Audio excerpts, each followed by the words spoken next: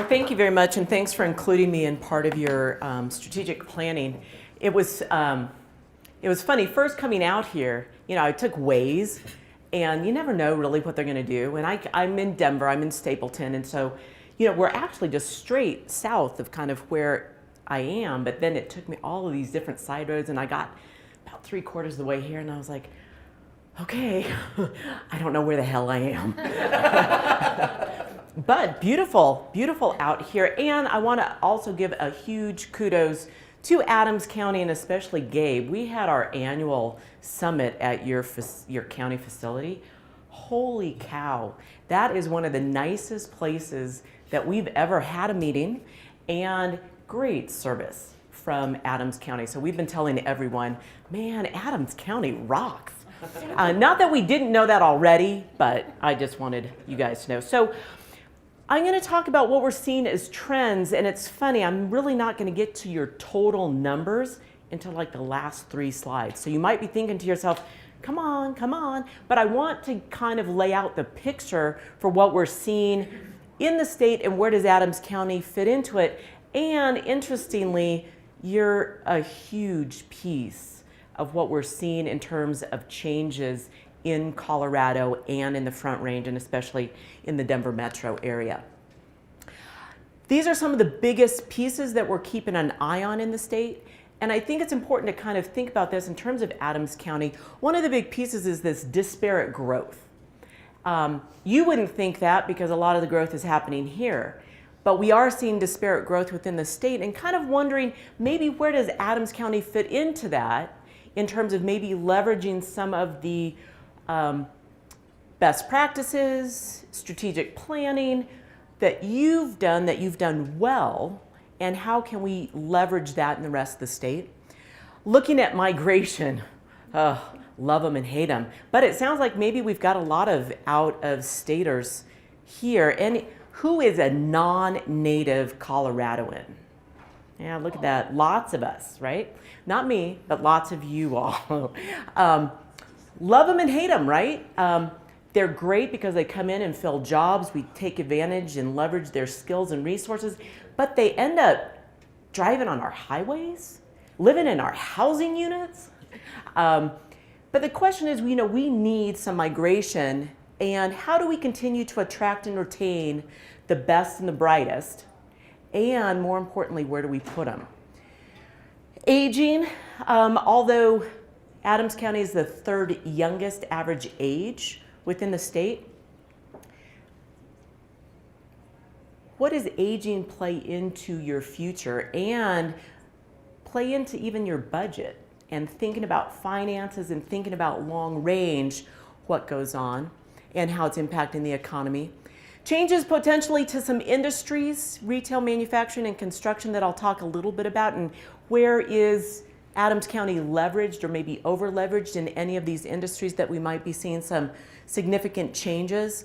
Increasing in racial and ethnic diversity, and primarily how does that fit into the labor force development for the state and for the county?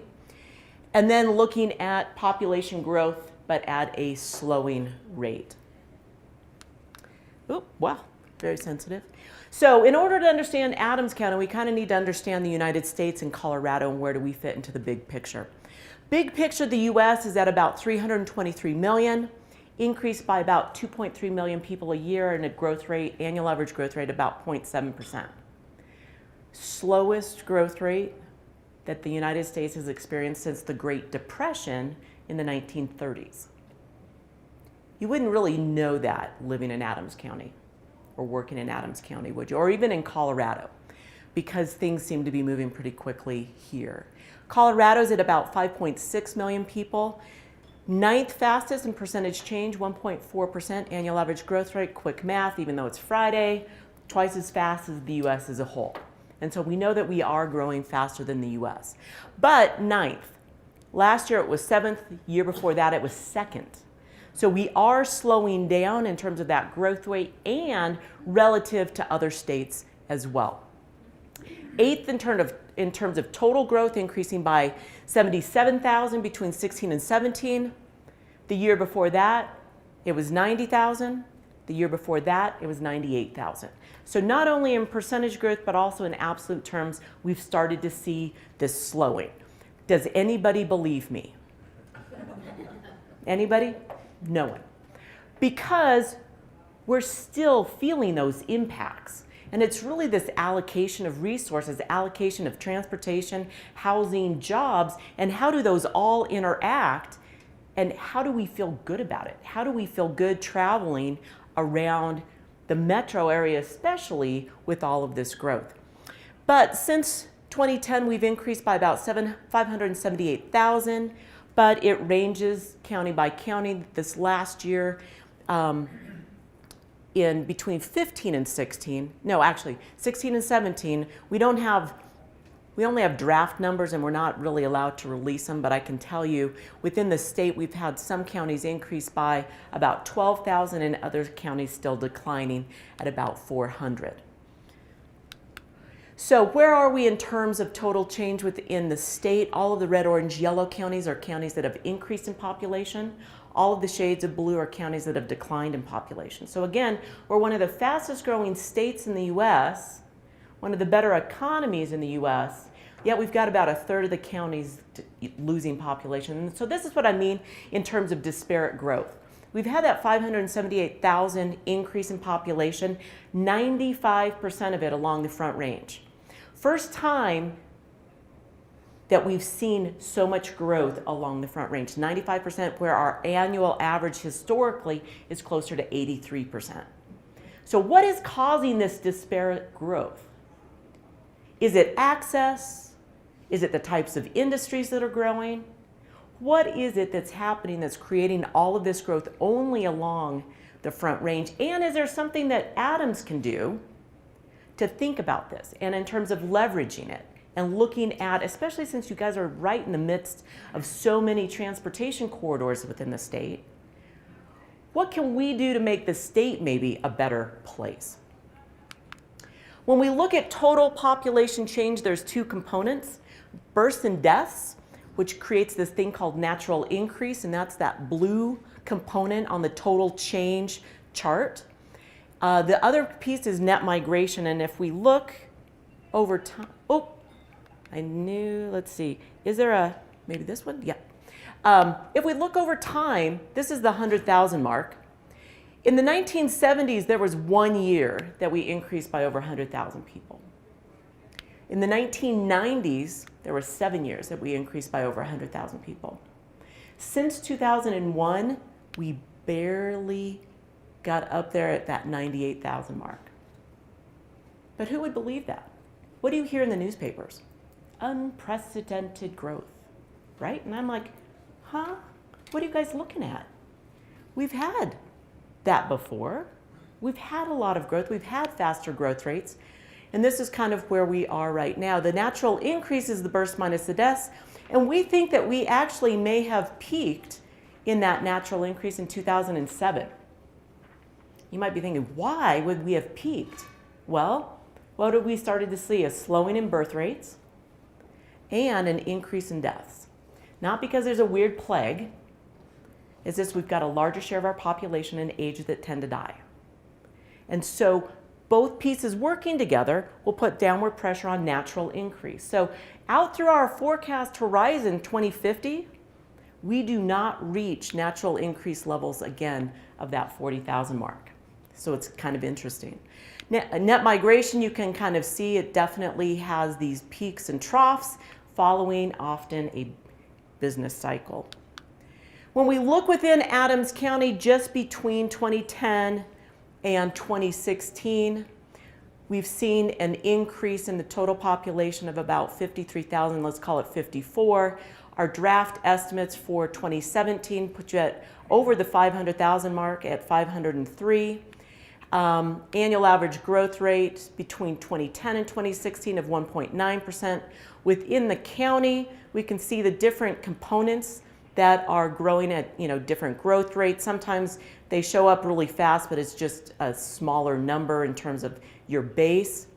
But you can kind of see where we've seen growth within the county. Probably nothing too unusual. You've got a great planning department that puts all these numbers together as well.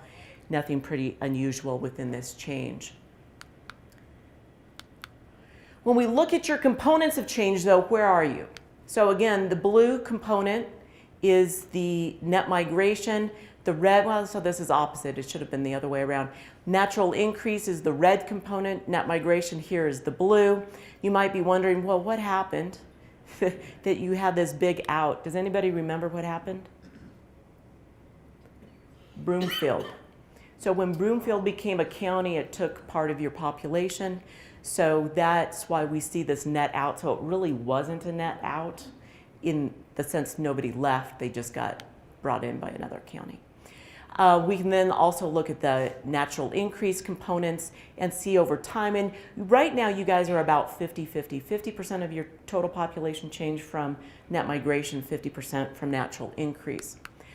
Now this is a little bit more complicated to look at, but what I wanted you to be thinking about, again, I had mentioned that you are one of the youngest counties in the state, one of the youngest average ages. A lot of that is because you do attract a lot of young adults, which I'll get into. But what I wanted to show you here is that the blue line here is deaths. The green line are births. So we can see this small increased trend in your deaths. On your births, it's interesting, and this is similar with a lot of counties. You peaked out in about 2007, right when the Great Recession was starting. We started then to see birth rates decline. We think it's a lot of different reasons. One, LARC, long-acting reversible contraceptives. Those came into play starting into 2007. Huge impact, especially on the decline in teen birth rates.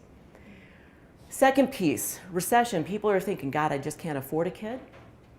Third piece, a lot of people unemployed, so there's actually more parents at home watching the kids. So there's maybe less free time to experiment. I don't know what we want to call it.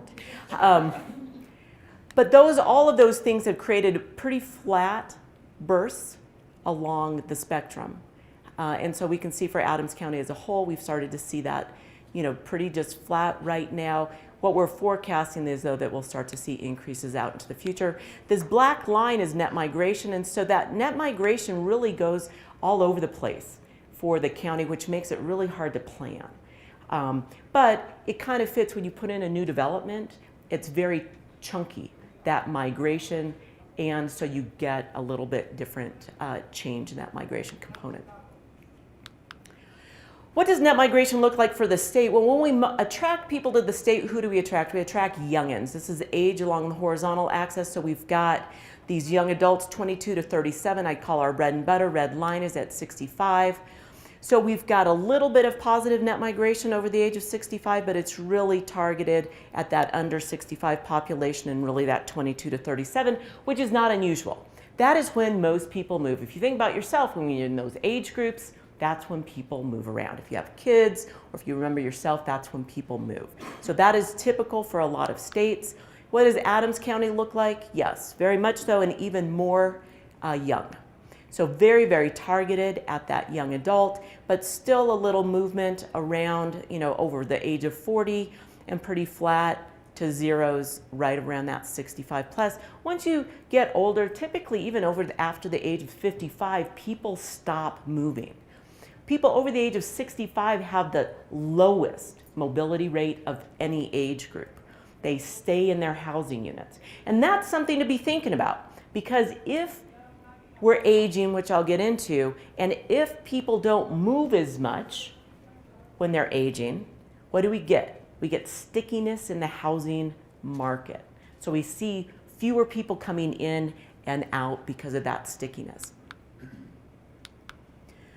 If we look at who does Adams attract, who are the movers to Adams County?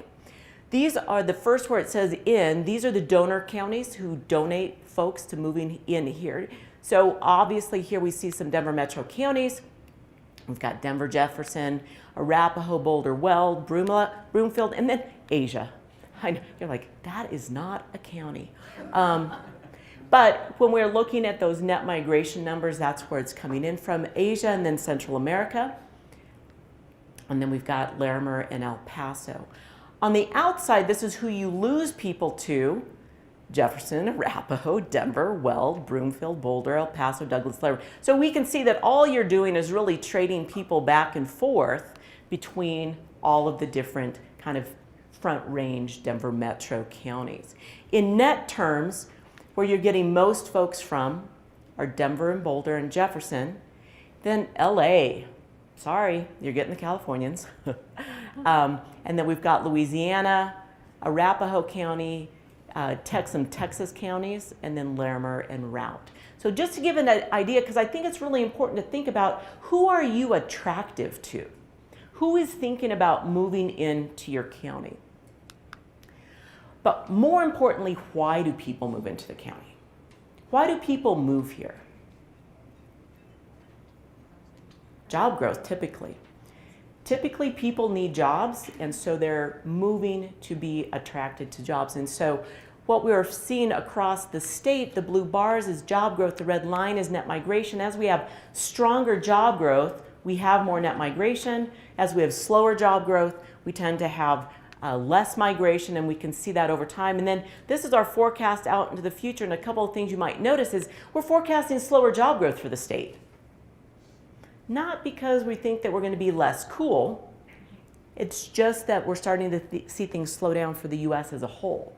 And a lot of it has to actually do with the aging of the baby boomers and the aging of the United States, where we'll see more demand from leavers, people retiring, creating jobs, than necessarily new jobs coming online. Same thing fits for Adams County. As we see stronger job growth, we see more in-migration. As we see slower job growth, we see less migration.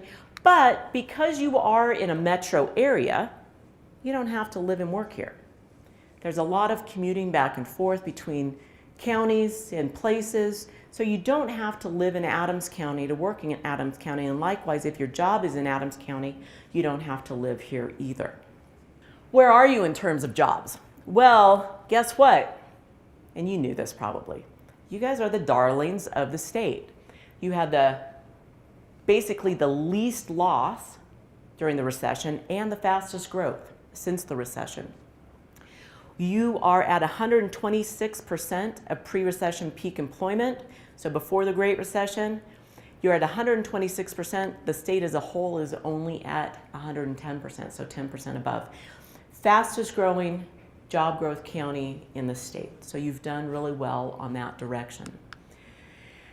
And if we look at the time periods of that annual job growth, this starts back in 2002, we can see where that is. You'll see this huge spike right here in 2011. Does anybody remember what that was? Fitzsimmons. So Fitzsimmons brought in a whole bunch of folks from Denver. Those jobs were in Denver County first, and then they moved over into Adams County at Fitzsimmons.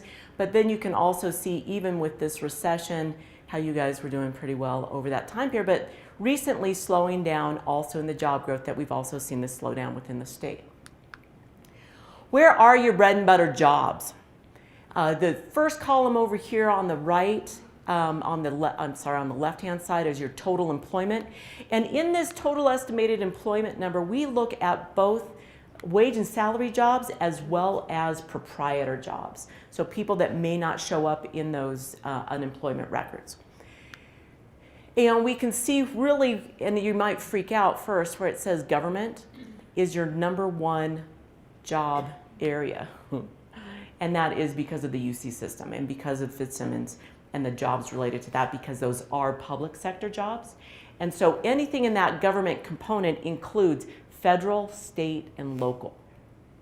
So don't freak out, but just be aware of what is creating those jobs in that area. And then we can see some of the different areas where you've got very significant construction employment. We see retail trade in there as well. Health services, obviously a significant component, but that's going to be private. Health services, nothing within the public sector in that end. Accommodations, food service, admin and waste. But one of the other things, I think that Adams County is definitely well known for is this transportation and warehousing, especially because of all of the different corridors that that are in your county. We can see that in this final column over here, the growth since 2010 to see kind of which areas have been rebounding. Again, this picks up primarily that conversion of Fitzsimmons, and then we can see construction there as well.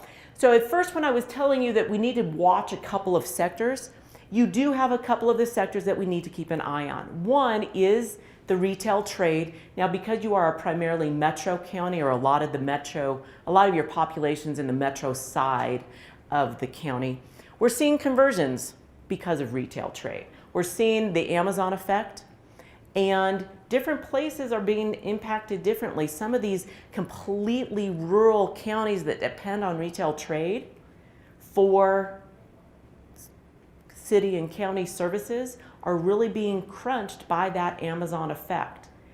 And by knowing what kind of big boxes or smaller boxes are being constrained by that change. So I would just recommend keeping an eye on retail trade in the county and not maybe get too over leveraged in that area. But I'm not looking 2019, I'm looking out through basically through 2020, 2030 in that area. Also, construction is one of your bread and butter areas.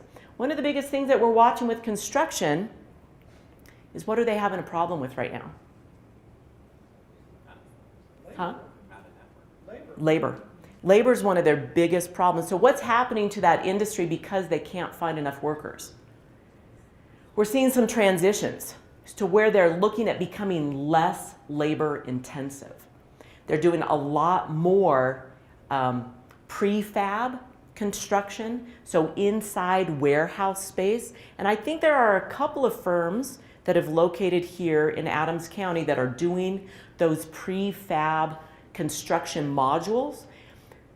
Just keep an eye on it. It's not a bad industry decision. We have seen very little transition in the construction industry over time, but it will change that labor force component, and they will be looking for spaces to where they can do this inside prefab work. So looking again at warehouse space to do it, and they'll be looking for also transportation corridors, but they'll also be looking for plots of land that are uniform, because the problem with prefab is that it's prefab, and it's the same. You can change the skin on the outside, but the fundamental components look the same.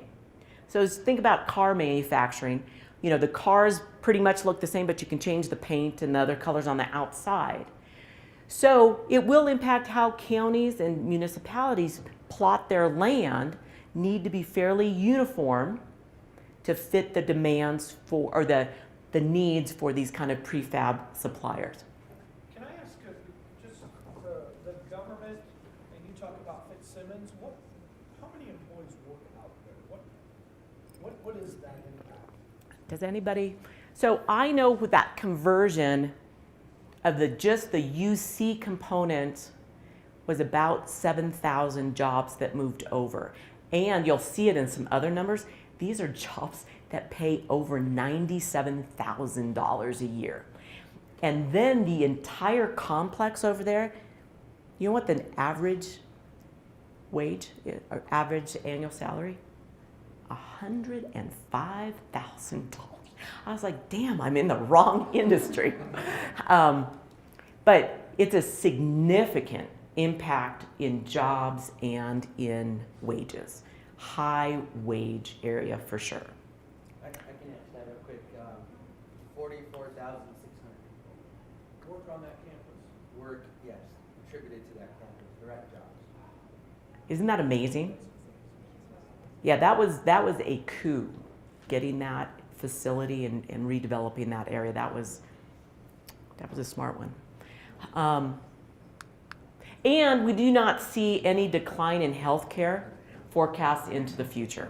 So that's an important piece. This is the wage chart that I was talking about, where we can look at the average weekly wage for Adams County versus the state, and this huge bump up again, occurred because of really that Fitzsimmons facility. But you can see where Adams County is, and this is in real terms, so it's been adjusted for inflation. We can see how you've been on this very positive trajectory, really compared to the state as a whole, which is in real terms actually below where it started off in 2010. So you can see where Adams County is definitely improving in that total change. Which, you know, and I'm giving you all these details, and you're like, what does this have to do with our future? Well, if you're thinking about wages, if you're thinking about campus, I mean, these are huge job generators and income generators, and those will have impacts throughout the county. And of course, commuting though, we do a lot of commuting in Adams County. A lot of people coming in, a lot of people coming out. This large green, darker green circle represents your employment, and this is just wage and salary jobs. This lighter green circle represents your labor force, the people that live in Adams County and work. This outside piece are where the jobs are filled by people outside of the county. This piece over here represents where people that live in the county and work outside. So only about a 64,000 overlap between the two pieces, representing, of course, a lot of commuting that happens within this Front Range area. And if we look at the people that live in Adams County and commute to jobs, this kind of gives you a picture of where they all go to. Not only up north to the Fort Collins area, but all the way down south to the Colorado Springs area. And then, of course, really concentrated in this urban corridor right here in the Front Range. You do, interestingly, have the 8th longest commute time of all counties in the state. If we look just within metro counties, it is the longest commute time of all metro counties. That mean travel time being 28.9 minutes. So I want to talk a little bit about aging and why we should be looking at it, because of course it influences our preferences, our housing needs, our incomes, which obviously fit into budgets, our service demands, which also fit into budgets, as well as your labor force. So this is the age distribution for Adams County, and as I had mentioned again, you're one of the youngest aged counties in the state. And the reason why you are one of the youngest aged is for two reasons. One, very few people over the age of 65. Black line is at the age at 65. And you attract a lot of youngins. So you've got both ends. You've got the lack of people over the age of 65 plus a lot of young folks. But if we look at this curve, this is by single year of age. So we've got the greatest, or the silent generation right here in the blue, turquoise. We've got the purple baby boomers, the green Gen Xers, the millennials, and then the next generation. Look at this curve. I mean, every year you are really increasing that number of people that are going to be aging. Imagine them marching forward to this line over the age of 65. And this is not, you don't have fewer people over the age of 65 because people are dying really fast. It's just that they were never here to begin with. What kind of folks do you migrate to the county? Young adults. How long does it take a young adult to get older? About 30 to 40 years. So it's, you attract them right here, and then, you know, that, let's just take it at 30. Well, it takes them another 30 to get 60. So think about that in terms of the aging, but when we start looking at this aging component, you're actually one of the fastest aging counties in the state, even though you're one of the youngest. But that happens often for a lot of counties.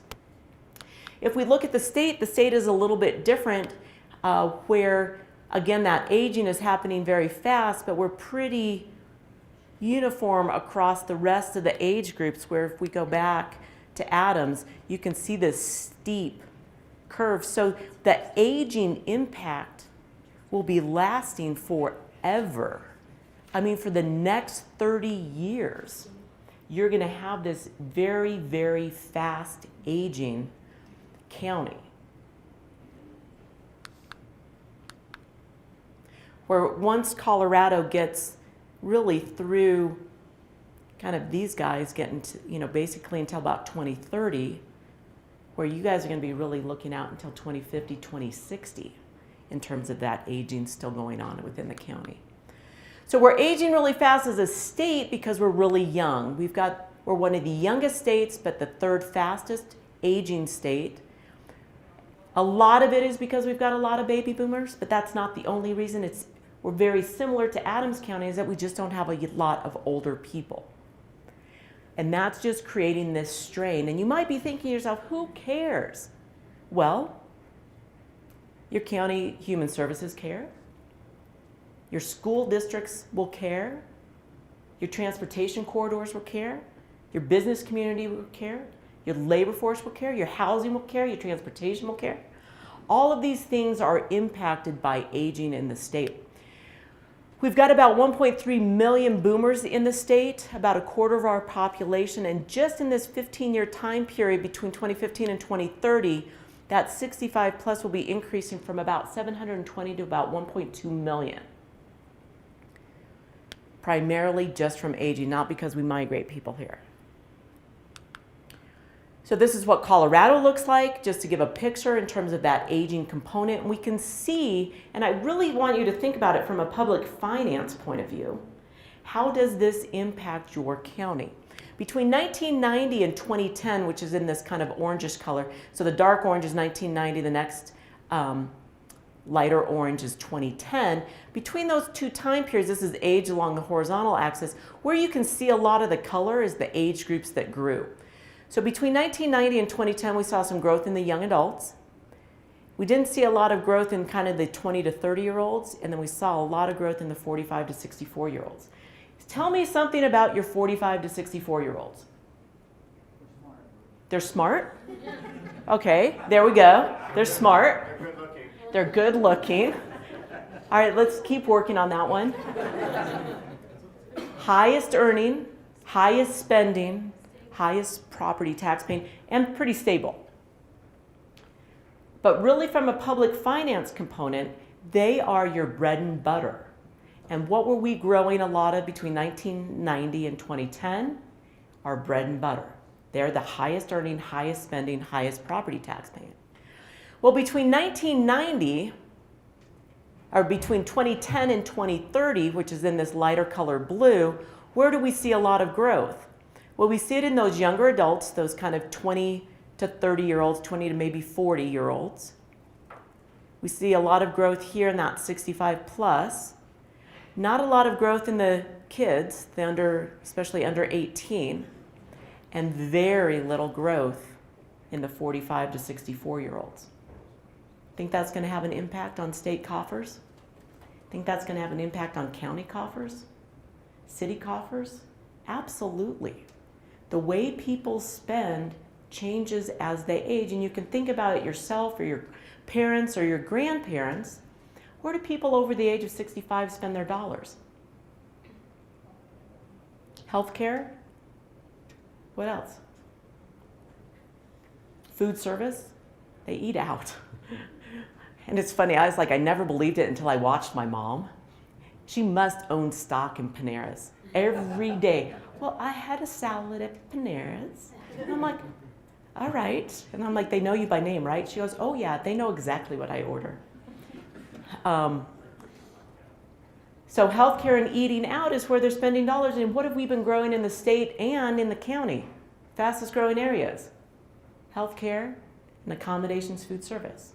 So it totally makes sense because of this aging, we're seeing a lot of growth in industries that support the aging industry. And will that change and impact the county? Absolutely. If we look at Adams County population, the thing that you have going for you is who do you really attract? Youngins. And that is one of the best things that you have going is the fact that you are attracting young adults. Now, I will tell you, they're maybe not as stable. Man, those 20-year-olds, 22-year-olds, questionable sometimes. But the best thing about a 22-year-old or a 25-year-old is, guess what? 5 years from now, they'll be 30. 10 years from now, they'll be 35. And then they start aging into the highest earning, highest spending, highest property tax paying. Once you can get them, you often keep them. And that's an important piece to look at. When we're looking at just this growth between 2015 and 2025, where were we seeing the most growth? Well, in total numbers, we're seeing most of this growth in the 20 and 30-year-olds. In percentage terms, I've got it above each age group. In percentage terms, it's really in your 65 plus, increasing by 70%, 43%, 63%. I know that's an itty bitty number over here, but your 90 plus increasing by over 60%. Do you think your 90-year-olds might need services? Absolutely. And will you feel it? Absolutely. So this is one of the most important things to be thinking about, is how do you provide services not only to this fast-growing aging end, but as well as, tell me something about your 20 and 30-year-olds. What do? Man, they find other 20 and 30-year-olds, and then they create 0-year-olds. And so what have you guys been doing? You've been building a lot of schools in the county. I mean, I know that a lot of them are in the incorporated areas, but you're going to be receiving strains at all age groups, not just the aging, but also the young adults and the kids. Come on. But the best thing about age is, guess what? You only age a year at a time. So when we're looking at the youngest ages of that 65 to 74, you can kind of see this growth over time. Between 2010 and 2020, we see a pretty significant increase in your 65 to 74, but a lot of 65 to 70-year-olds don't need a lot of resources, don't need a lot of services. But as they start aging into the 75 to 84, or even in the 85 plus, that's where you'll really start to see these changes in demands. But we can easily see, even in this time period between 2010 and 2020, almost doubling of that 85 plus population, again, requiring services. And it's not just 90. I don't want anybody to freak out that people just stop at 90. It's just the way the tables worked. When I downloaded them, it just said 90 because that's 90 meant 90 plus, but that plus marked, so don't worry. People make it past there. So as I had mentioned before, aging impacts everything from total numbers, economic driver, labor force, housing, income, health, transportation, public finance. The big question is, do you guys have an aging plan? Do you have an aging strategy, an aging plan for the county, and are the municipalities within the county, do they have aging plans? If not, I'd look at it. It doesn't have to be a lot of brain damage, but planning now will make life 10 years from now much easier. Big pieces that you're going to feel, and this is why we're feeling this in our housing market right now, is that our population is going to be growing faster than our labor force. And some of you are like, what? So when I was back here showing your age growth rates, labor force is really in this age group of kind of 20 to 60. 65 definitely, but a lot of those are our slowest growing age groups, except for you guys have the 21 and the 20 and the 31% growth right here. But this group is also growing really fast. And what happens to our older population? What happens to our older population? They age out of the labor force. But just because they age out of the labor force, does that mean they leave? No, they age in place. So imagine that you've got just as many jobs, if not more jobs, yet you've got fewer workers of your total population. So that's what's putting a lot of strain on our housing market right now. I retire, but I'm not going anywhere. So where's the new me going to live unless you continue to build and build? So I thought I'd show a chart of Adams County labor force by generation so you could kind of see where you are. This kind of turquoise color are your millennials. You've got your Gen X in orange, your baby boomers in blue, your next generation in purple, and then even after that, we've got our future gen. Black line is at 2017, 2018, and right now you've got this nexus where you've got in your labor force just as many Gen X as you've got millennials, fewer baby boomers, and you can see how quickly they're leaving the labor force. And then pretty quick here, you're going to start seeing this growing component of the next generation. The reason I bring this up is that I want you to totally understand why we're experiencing growth and where do you guys fit into that picture. With that aging, we also are going to be seeing all of this change due to the aging itself, the impact on the labor force. About a third of a job per person over the age of 65 is created by that spending of that person over the age of 65. And what's our fastest growing age group for the state? 65 plus. So we're going to be growing a lot of jobs related to the 65 plus. Forecast to increase, so currently, or in 2014, our estimate was at 240,000 jobs related to aging. Just by 2025, up to about 410,000 jobs, just generated by people over the age of 65. But what are the occupations and the industries that they spend their dollars in? Office, admin, sales, food prep, healthcare. What's similar about all of those industries, all of those jobs? A lot of them are low wage. So do we have some problems in Colorado right now, or especially in the Front Range in terms of affordable housing? Yet, what is going to be our fastest growing job area? A lot of these, and low wage. So thinking about how do we continually plan for housing that works for all wage levels.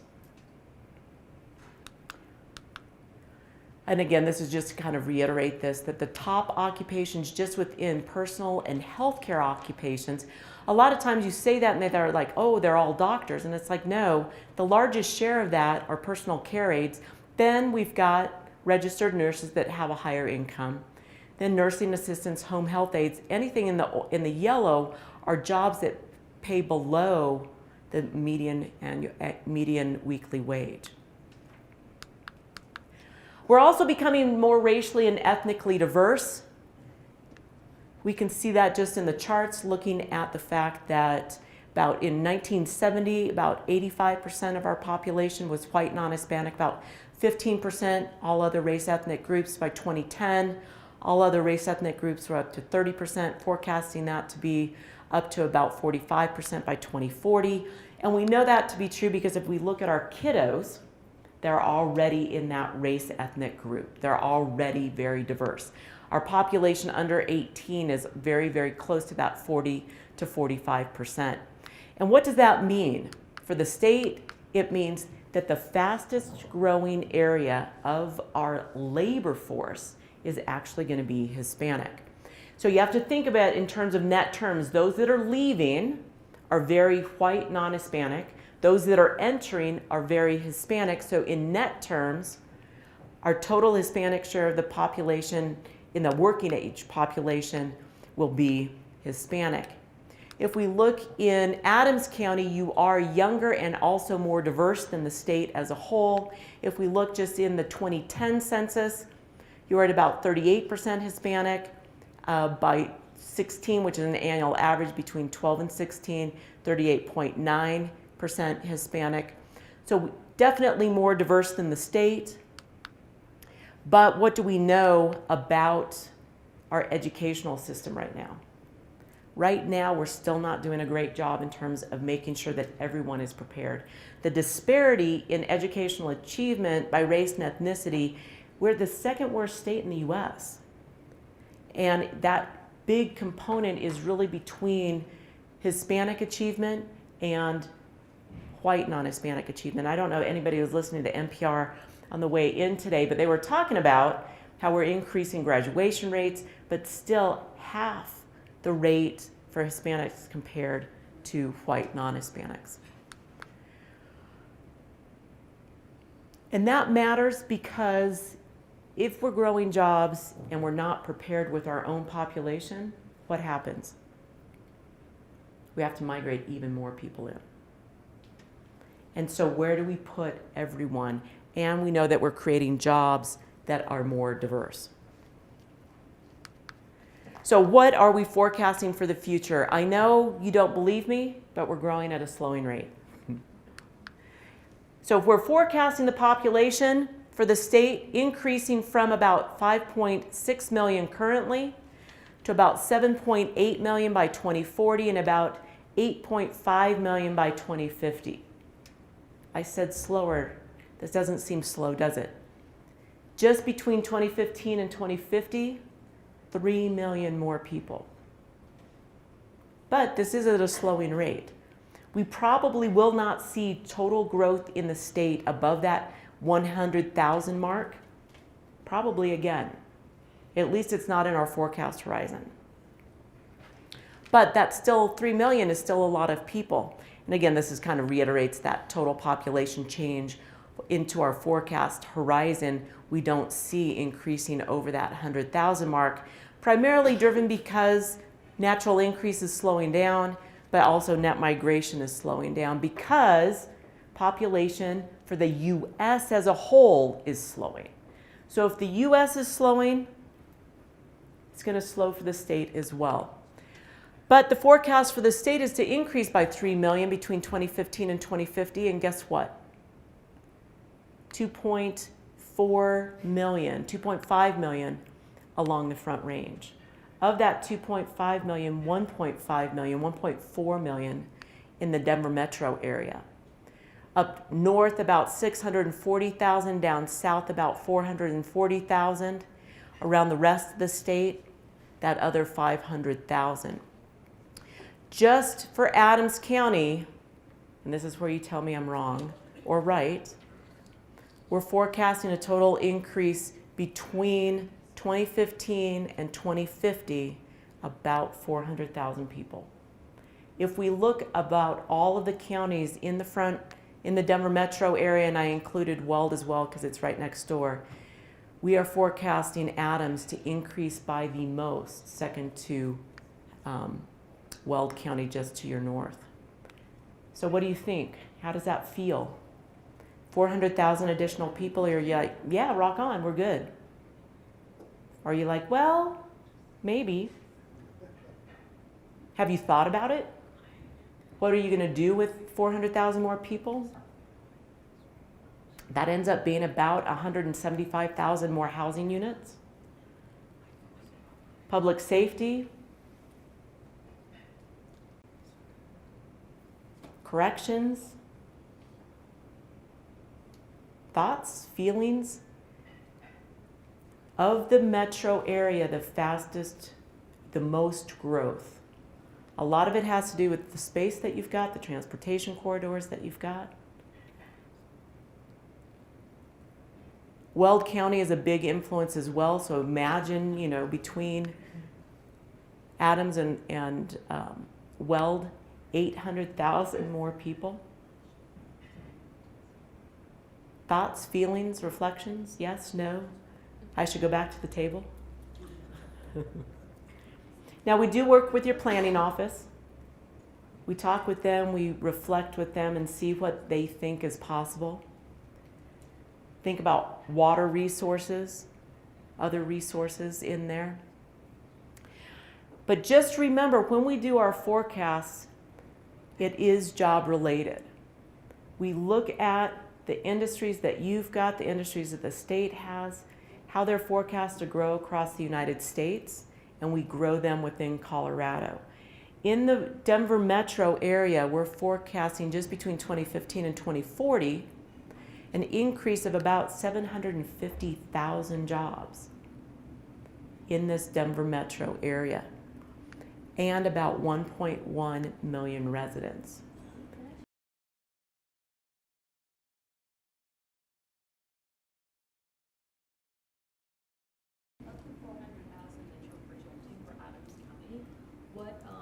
What is the age? Are you projecting that the majority of that's going to be that younger population or that bread and butter population?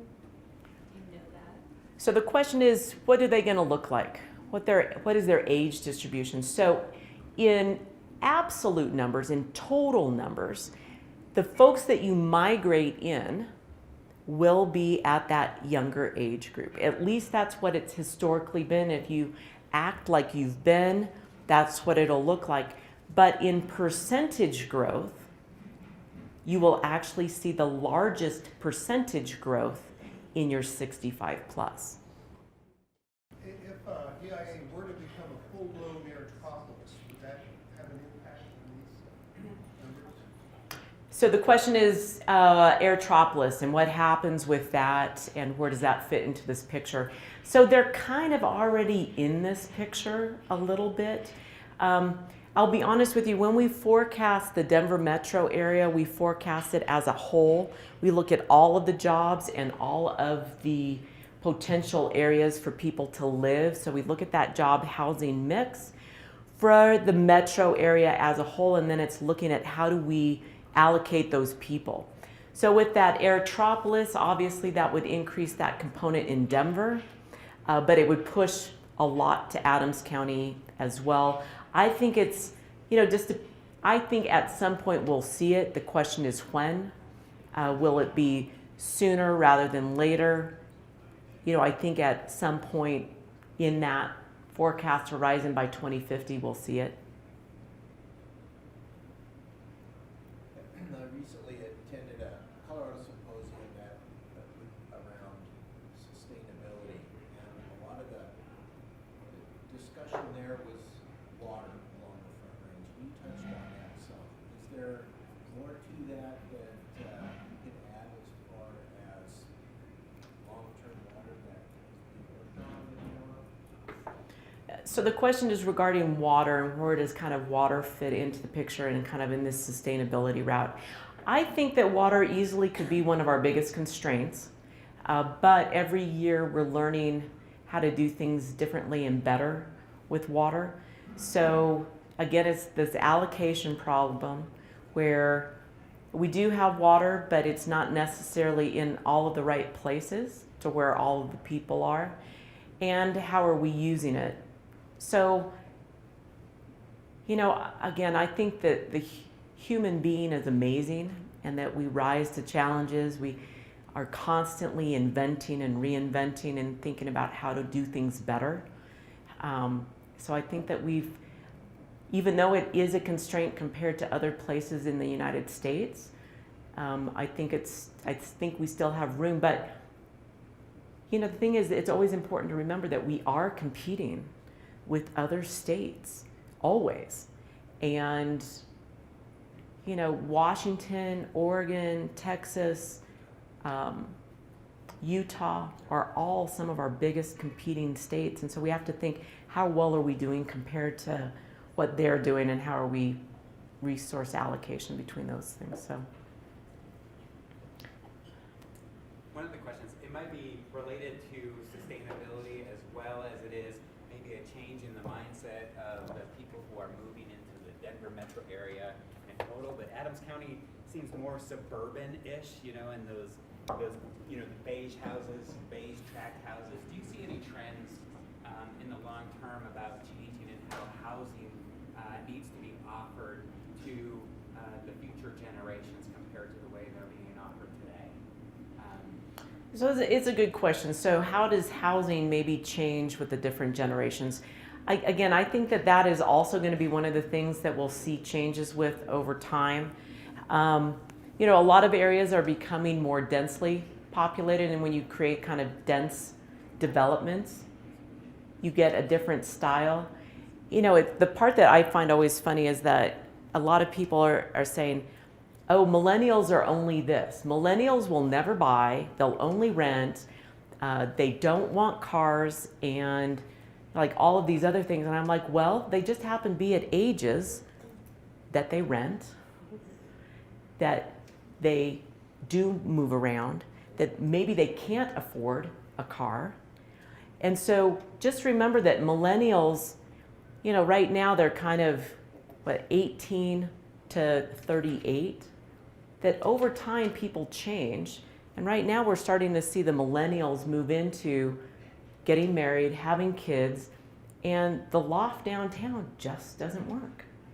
And so they will be looking at moving out into other places, but that doesn't mean they want the beige track house either. But that's where I think, it's really helpful to work with developers and builders to get what do you really want and what do we really want in a county. What kind of development do we want? And near transportation to offer up that sustainable side? Because I think sustainability will always be an issue out into the future for the entire United States. Do you do any forecasting of mechanization and displacement of workforce? So we don't, but we watch. So we don't do so the question is, do we do any forecasts of mechanization and kind of that impact on labor force? And I would say no, we don't do any forecasts, but what we do is watch. And that's why I brought up specifically construction, because you've got a strong construction employment within the county, and we do see transitions in that industry that could displace workers, but hopefully it's the workers that we can't find right now anyway. So it's that lowest skill level, and where we'll need higher skilled workers, but maybe fewer of them. We're also seeing the same thing in manufacturing, same constraints that we're not finding enough workers at those lower levels, and so they may require a little bit higher level of educational attainment, more mechanization, and then we'll see that. But we're seeing this, we're at the lowest unemployment rate that we've seen in the state and starting to be in the country since like 1977. Labor will continue to be a constraint as we see all of these people aging out of the labor force and fewer people aging in. And it's funny, I always think about kids. Think about babies. They are your future labor stock. And people are like, that is really awful way to think about people. But that's how economists think about things. They are our future labor stock, and if we see fewer of them coming online, we are going to continue to see this constraint in the labor force. And so mechanization will actually be a benefit to that piece as long as we're continuing to provide educational attainment opportunities to everyone. Yeah, you guys have tons of questions. This is so good. So you talked about 400,000 people in the next 30-ish years. Do you have any idea where in Adams County most of the growth will be? No, that's a really good question. So the question with this 400,000, where in the county? So fortunately, we only do county level forecasts. We leave it up to the county and the municipalities to think about where will this occur. So that's why we do end up talking with a lot of municipalities, especially big ones, thinking about what are their plans and what is their access to water, so that we can think, are there constraints? Are there areas where it will go? So that, and we don't, like I said, we don't do any municipal forecast, and that's something to kind of maybe figure out within the county is where is their buildable space and stuff like that. I can help answer that. The growth will occur in the northeast corridor. So right now, the city of Brighton's population is nearly 40,000 at full capacity. Will be at 100,000. So all of those houses and new families will live along the I-76 corridor. Same with Commerce City, Aurora. We're working on an Aurora housing development right now that will bring how many? Is it 60,000? 60,000 people just to that development. So picture Highlands Ranch picking it up and just moving it to Aurora, kind of a thing. And so all the growth is definitely occurring in the northeast.